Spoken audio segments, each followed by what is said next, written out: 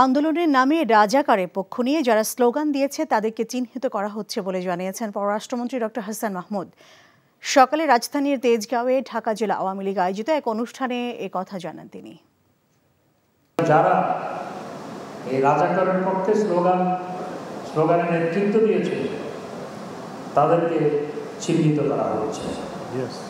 আমি দৃঢ়ভাবে মনে করি যারা এইভাবে রাজাকারের পক্ষে স্লোগান দিয়ে রাষ্ট্রবিরোধী অবস্থান নিয়েছে তাদের বিরুদ্ধে ব্যবস্থা গ্রহণ করা জরুরি। মুক্তিযুদ্ধের চেতনাকে সমুন্নত রাখার জন্য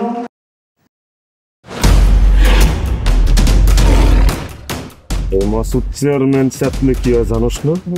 এমন মায়ের মারুম কুত্তার মতো খালি সাইড পারবি।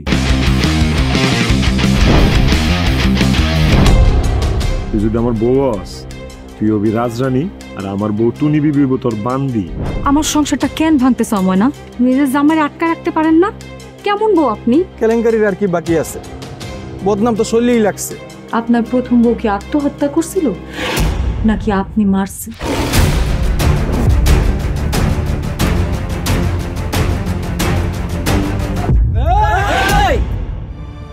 ময়না তো পালাইতে চায় না। ওরে পালাইতে হইবই।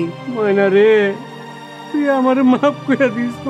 আমারে খাওয়ানোর মধ্যে বিষ মাখায় মেরা ফলাইতে চাচ্ছে। মাইরা একেবারে আম গাছের লগে ঝুলাই দিবেন যেমনি আপনার বড় বড় মাইরা ঝুলাইছিলেন।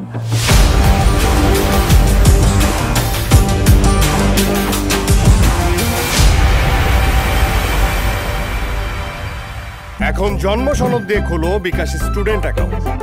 নিজের বিকাশ নিজে কর।